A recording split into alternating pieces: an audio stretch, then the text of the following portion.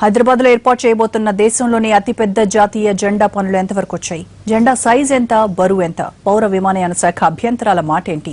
అనుకున్న ప్రకారం తెలంగాణ ఆవిర్భావ దినోత్సవం నాటికి పనులు పూర్తవుతాయా?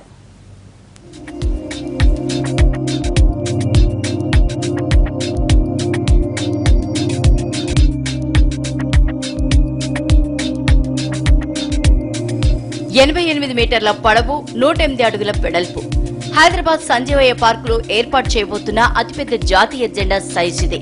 కోల్కతాలో తయారవుతున్న జెండా బరువు 70 కిలోలు ఉంటుందని అంచనా.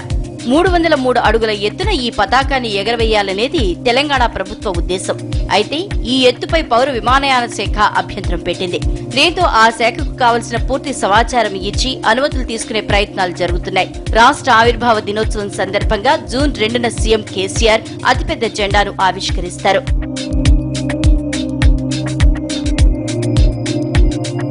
జెండా ఏర్పాట్ల కోసం 15 రోజుల నుంచి ముమ్మరంగా పనులు జరుగుతున్నాయి. పెనుగాలుల్ని కూడా తట్టుకుని నిలబడేలా 100 టన్నుల బరువు ఉండే జెండా పోల్ సిద్దమవుతోంది. ఈ పోల్ని నిలబెట్టేందుకు ముంబై నుంచి 500 టన్నుల బరువు, ఎత్తుగల భారీ క్రేన్ ని రప్పించారు.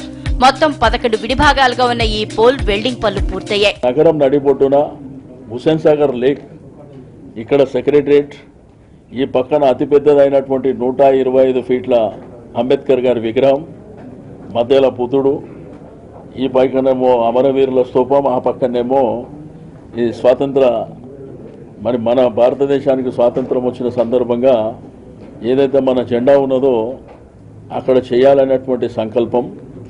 ఇవన్నీ ఏంటంటే ప్రతి వ్యక్తి చిన్న అంటే చదువుకున్న వయసు నుంచే మన దేశ గొప్పతనం గురించి కానీ, అంటే ఇప్పుడు నీకు ట్యాంక్ బోర్డు మీద ఇక్కడ చాలామంది హైదరాబాద్ ఎవరు వచ్చినా ట్యాంక్ బోర్డు చూడకుండా పోరు. ట్యాంక్ బోర్డు చూసారంటే ఆ జెండా, ఆ పిల్లలు ఆ పేరెంట్స్ని అడుగుతారు, ఇంత పెద్ద జెండా పెట్టిరు, ఎందుకు పెట్టిరు ఈ జెండా. రెండవది చదువుకున్న బుక్స్లో కూడా ఉంది. మనకు ఎప్పుడైతే స్వాతంత్రం వచ్చిందో ఈ జెండా వందనం అప్పుడు 15th ఆగస్టు కానీ ఇదంతా తెలుస్తుంది. కాబట్టి ప్రతి ఒక్కళ్ళు, మీరు కానీ మేము కానీ, ఈ దేశంలో ఈ రాష్ట్రంలో ఉన్న ప్రతి ఒక్కరు గర్వపడే విధంగా ఆ కార్యక్రమం ఉంటుంది. జెండా ఏర్పాట్లలో వాస్తును కూడా పరిగణలోకి తీసుకున్నారు అధికారులు. భారీ పోల్ పడిపోకుండా 15 అడుగుల లోతు నుంచి పునాది తవ్వారు. సీఎం కేసీఆర్ రిమోట్ తో భారీ జెండాను ఆవిష్కరించేలా ఏర్పాట్లు జరుగుతున్నాయి.